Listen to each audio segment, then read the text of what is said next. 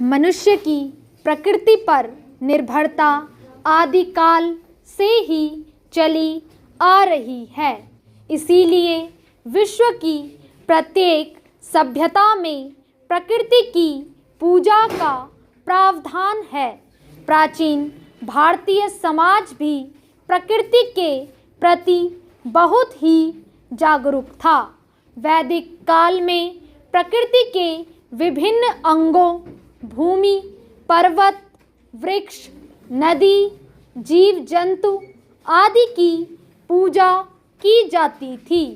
प्रकृति के प्रति मनुष्य की इस असीम श्रद्धा के कारण पर्यावरण स्वतः सुरक्षित था।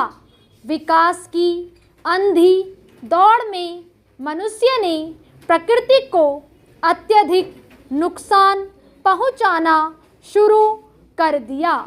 एक सीमा तक प्रकृति उस नुकसान की भरपाई स्वयं कर सकती थी, लेकिन जब उसकी स्वतः पूर्ति की सीमा समाप्त हो गई तो पर्यावरण असंतुलित हो गया।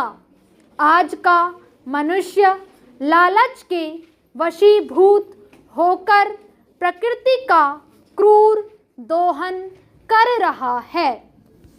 इसकी अति उपभोगवादी प्रवृत्ति के कारण प्रकृति को इतना नुकसान पहुंच चुका है कि प्रकृति की मूल संरचना ही विकृत हो गई है।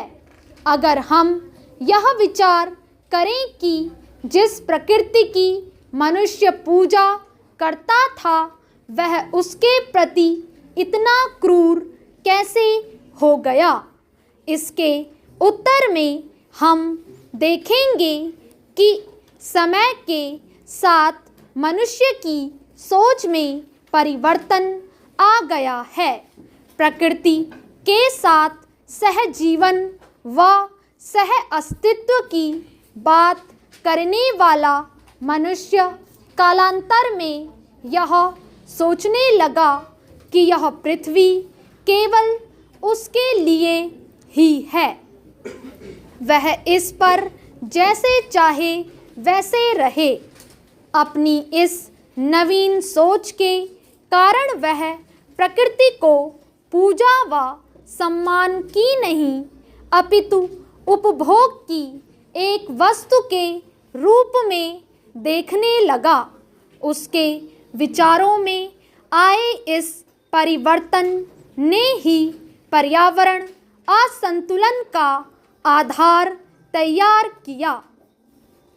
पर्यावरण के असंतुलन के लिए अनेक कारण उत्तरदायी हैं, लेकिन वे सभी कहीं न कहीं हमारी अनियोजित व अदूरदर्शी अर्थनीति से जुड़े हुए हैं। आज का मनुष्य अपनी आर्थिक उन्नति के लिए कोई भी कीमत देने को तैयार है। उस कोई भी कीमत की सबसे बड़ी कीमत प्रकृति को ही देनी पड़ती है। भारी औद्योगिकीकरण आज विकास का पर्यायवाची बन गया है।